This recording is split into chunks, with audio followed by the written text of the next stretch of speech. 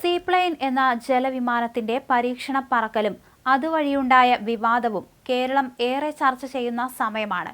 2013 ഉമ്മൻചാണ്ടി സർക്കാർ കൊണ്ടുവന്ന പദ്ധതി അന്ന് മത്സ്യക്കുഞ്ഞുങ്ങൾ ചത്തുപോകുന്നുവെന്നൊക്കെ പറഞ്ഞ് CPM എതിർത്തതിനെ തുടർന്നാണ് നടക്കാതെ പോയത്. ഇന്ന് അതേ സീപ്ലെയിൻ ഇടതു സർക്കാർ പൊടിതട്ടിക്കൊണ്ടുവരുമ്പോൾ ഉമ്മൻചാണ്ടിയോട് മാപ്പ് പറയണം എന്നൊക്കെ സോഷ്യൽ മീഡിയയിൽ ആവശ്യം ഉയർന്നിരുന്നു. എന്നാൽ ഒരു പരീക്ഷണ പറക്കൽ നടന്നതോടെ ടൂറിസം രംഗത്ത് വൻ കുതിച്ചുചാട്ടം വന്നേ എന്ന് കൊട്ടിഘോഷിക്കാൻ കഴിയില്ലെന്നാണ് അന്താരാഷ്ട്ര തലത്തിൽ പബ്ലിക് പോളിസി വിദഗ്ധനും സാമൂഹിക മനുഷ്യാവകാശ പ്രവർത്തകനുമായ ജോൺ സാമുവൽ എന്ന JS അടൂർ ചൂണ്ടിക്കാണിക്കുന്നത്. ഇന്ത്യയിൽ ഒരിടത്തും സീപ്ലെയിൻ വിജയിച്ചിട്ടില്ലെന്നും 2020 നർമ്മദയിൽ മോദി കൊണ്ടുവന്നത് പൊളിഞ്ഞുവെന്നും അദ്ദേഹം ചൂണ്ടിക്കാണിക്കുന്നു. മാലദ്വീപിലൊഴിച്ച് ഏഷ്യയിലെ ഒരിടത്തും ഇത് വിജയിച്ചിട്ടില്ല. കൃത്യമായ പഠനം നടത്താതെ ജലവിമാനം കൊണ്ടുവന്നാൽ അത് പരാജയപ്പെടും. JS അടൂർ തന്റെ ഫേസ്ബുക്ക് പോസ്റ്റിൽ ചൂണ്ടിക്കാണിക്കുന്നു. അദ്ദേഹത്തിന്റെ ഫേസ്ബുക്ക് പോസ്റ്റിന്റെ പ്രധാന ഭാഗങ്ങൾ ഇങ്ങനെയാണ്: കേരളത്തിലെ ടൂറിസം വികസനവും സീപ്ലെയിൻ ഫാന്റസികളും.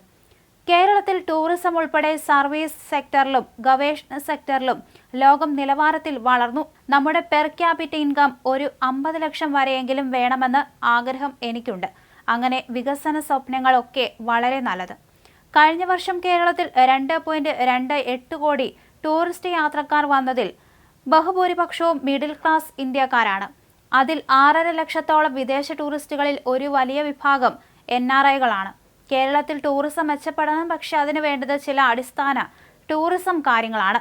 ലോകത്ത് മിക്കവാറും രാജ്യങ്ങളിലെ ടൂറിസ്റ്റ് ഡെസ്റ്റിനേഷനുകളിൽ 1993 മുതൽ യാത്ര ചെയ്തതിന്റെ അടിസ്ഥാനത്തിൽ 6 കാര്യങ്ങൾ പറയാം. കേരളത്തിൽ ജീവിക്കുന്നത് കൊണ്ടും കേരളത്തിലെ കാര്യങ്ങൾ നിരന്തരം വീക്ഷിക്കുന്നുണ്ട്. മാസത്തിൽ 10 ദിവസം യാത്ര ചെയ്യുന്നത് കൊണ്ട് ലോകത്തിലെ കാര്യങ്ങളും അറിയാം. കേരളത്തിൽ ടൂറിസം വളർത്താൻ ആദ്യം വേണ്ടത് ഇവിടെ അടിസ്ഥാന വെടുപ്പും വൃത്തിയുമാണ്. കേരളത്തിൽ പലപ്പോഴും വന്നവർ എന്നോട് പറഞ്ഞത് കൊതുക് ശല്യം, വൃത്തിയില്ലാത്ത തെരുവുകൾ, കൂന കൂട്ടിയ വേസ്റ്റ്, തെരുവു നായ്ക്കൾ, ഇപ്പോൾ പന്നികൾ. പലപ്പോഴും പല ബീച്ചുകളും ക്ലീൻ അല്ല. കേരളത്തിലും ഇന്ത്യയിലും പബ്ലിക് ടോയ്ലറ്റിന്റെ കാര്യം കഷ്ടം. കുമരകത്ത് മറ്റ് പലയിടത്തും പോയാൽ ഒഴുകി നടക്കുന്ന പ്ലാസ്റ്റിക് കുപ്പികൾ ഇഷ്ടം പോലെയാണ്. വയനാട് ചുരം, മൂന്നാർ, പൊന്മുടി എല്ലാം വലിച്ചെറിഞ്ഞ മദ്യക്കുപ്പികൾ, അതുപോലെ പ്ലാസ്റ്റിക് കുപ്പികൾ കാണാം. വൃത്തിയുള്ള റെസ്റ്റോറന്റുകളും ബീച്ചുകളും തെരുവുകളും പ്രധാനം. നല്ല റോഡ്, സേഫ് ട്രാഫിക് എല്ലാം പ്രധാനമാണ്. സിവിക് സെൻസ് ഇല്ലാത്ത മനുഷ്യർ റോഡിൽ കാർക്കിച്ചു തുപ്പും.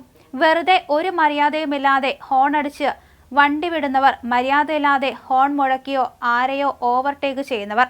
വിദേശത്ത് ഹോൺ അടിക്കുക ചീത്ത വിളിക്കുന്നത് പോലെ മോശമാണ്. കേരളത്തിൽ ബീച്ചുകളിൽ പോലും വെയിൽ കായാൻ വരുന്നവരെ തുറിച്ചു നോക്കുന്നവർ ഇപ്പോഴുമുണ്ട്. കേരളത്തിൽ വേണ്ടത് ക്ലീൻ, ഗ്രീൻ, സേഫ് ടൂറിസം വിത്ത് 100% സേഫ്റ്റിയാണ്. തായ്ലാന്റ് ടൂറിസത്തിന്റെ പ്രധാന ഘടകം ക്ലീൻ, ഗ്രീൻ, സേഫ് സെക്ടർ. കേരളത്തിൽ ടൂറിസം വളരാൻ യൂറോപ്യൻ ഡെസ്റ്റിനേഷനിൽ നിന്നും ഡയറക്റ്റ് ഫ്ലൈറ്റ് വേണം. കേരളത്തിലേക്ക് ആകെയുള്ളത് ലണ്ടനിൽ നിന്നുള്ള ഒരു കൊച്ചി എയർ ഇന്ത്യ ഫ്ലൈറ്റ് മാത്രം. കേരളത്തിൽ സീപ്ലെയിൻ വലിയ ടൂറിസം വളർച്ച ഉണ്ടാക്കും എന്നതിന് ഒരൊറ്റ വയലബിലിറ്റി സ്റ്റഡി നടത്തിയില്ല. പക്ഷെ വേണ്ടത് ആഴ്ചയിൽ 10-20 യൂറോപ്പ് കണക്ടിവിറ്റിയാണ്.